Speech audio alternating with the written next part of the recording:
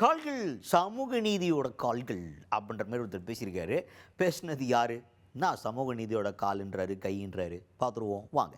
அமைச்சர் வன்னியரசு அவர்கள் அவர்தான். அவர்கிட்ட என்ன கேட்டாங்கன்னா, தமிழ்நாடு பாஜக தலைவர் நயினார் நாகேந்திரன் அவர்கள் ஒரு கருத்து சொல்லியிருக்கார். அதாவது விடுதலை சிறுத்தைகள் கட்சி தலைவர் தொல் திருமாவளவன் அவர்கள் கூட்டணி கட்சிகள் பக்கம் ஒரு காலை வச்சுட்டு இன்னொரு காலை வேறு பக்கமும் வைக்கிறாரு. அந்த பக்கமும் இந்த பக்கமும் ஒரு கேம் மாதிரி விளையாடுறாரு. இந்த பக்கம் ஒரு கால், அந்த பக்கம் ஒரு கால்னு அப்படின்ற மாதிரி அவர் ஒரு கருத்து சொல்லியிருந்தார். இதை கேள்வியாக கேட்குறாங்க அமைச்சர் வன்னியரசு அவர்கள்ட்ட. அதுக்கு வன்னியரசு அவர்கள் என்ன சொல்கிறாருன்னா, நயினார் நாகேந்திரன் அவர்களுக்கு தாவேக அரசு நிலைக்கக்கூடாதுன்ற ஒரு எண்ணத்தில் ஒரு நிலைப்பாடை எடுத்து அதற்காக அவர் பேசிக்கிட்டு இருக்காரு. ஆனால் நாங்கள் அப்படி கிடையாது. எங்களுடைய கால்கள் என்றைக்குமே சமூக நீதியின் கால்கள், என்றைக்குமே அது தவறாக போகாது. நாங்கள் ஒரே நடையில் தான் இருப்போம் அப்படின்ற மாதிரி பேசியிருக்காரு வன்னியரசு அவர்கள். நயினார் நாகேந்திரன் போன்றவர்களுடைய அக்கறை என்பது இந்த ஆட்சி தொடர வேண்டும் என்பதற்கு மாற்றாக அவர்கள் வேறொரு உத்தியை கையாளுகிறார்கள். ஆகவே நாங்கள் எப்பொழுதுமே எங்களுடைய கால்கள் சமூக நீதியின் கால்கள். எங்களுடைய கால்கள் முழுமையான இந்த ஆட்சியை ஆதரிப்பதற்கான கால்களாகத்தான் இருக்கு. அங்கே ஒன்றும் இங்கே ஒன்றும் நாங்கள் ஒன்றும் வைக்கல. நாங்கள் தெளிவாக இருக்கிறோம். நாங்கள் அளந்து வைக்கின்றோம், ஆழமாக வைக்கின்றோம். இந்த ஆட்சியை முழுமையாக 5 ஆண்டுகள் ஆதரிப்பதற்கான ஒரு நடையாகத்தான் இருக்கும்.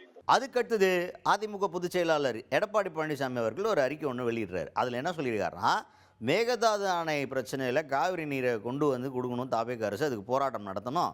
ஒருவேளை அதில் தவறுனா காங்கிரஸ் அமைச்சர்களுக்கு நீங்கள் பதவி கொடுத்து வச்சுருக்கீங்களே, அந்த அமைச்சர்களுடைய பதவியை நீங்கள் பறிக்கிறதுக்கு ரெடியாக இருக்கீங்களா அப்படின்னு ஒரு கேள்வி கேட்டு ஒரு அறிக்கை ஒன்று வெளியிட்டிருக்கார் போல். இதை கேள்வி கேட்குறாங்க யார்கிட்ட? அமைச்சர் வன்னியரசு அவர்கள்ட்ட.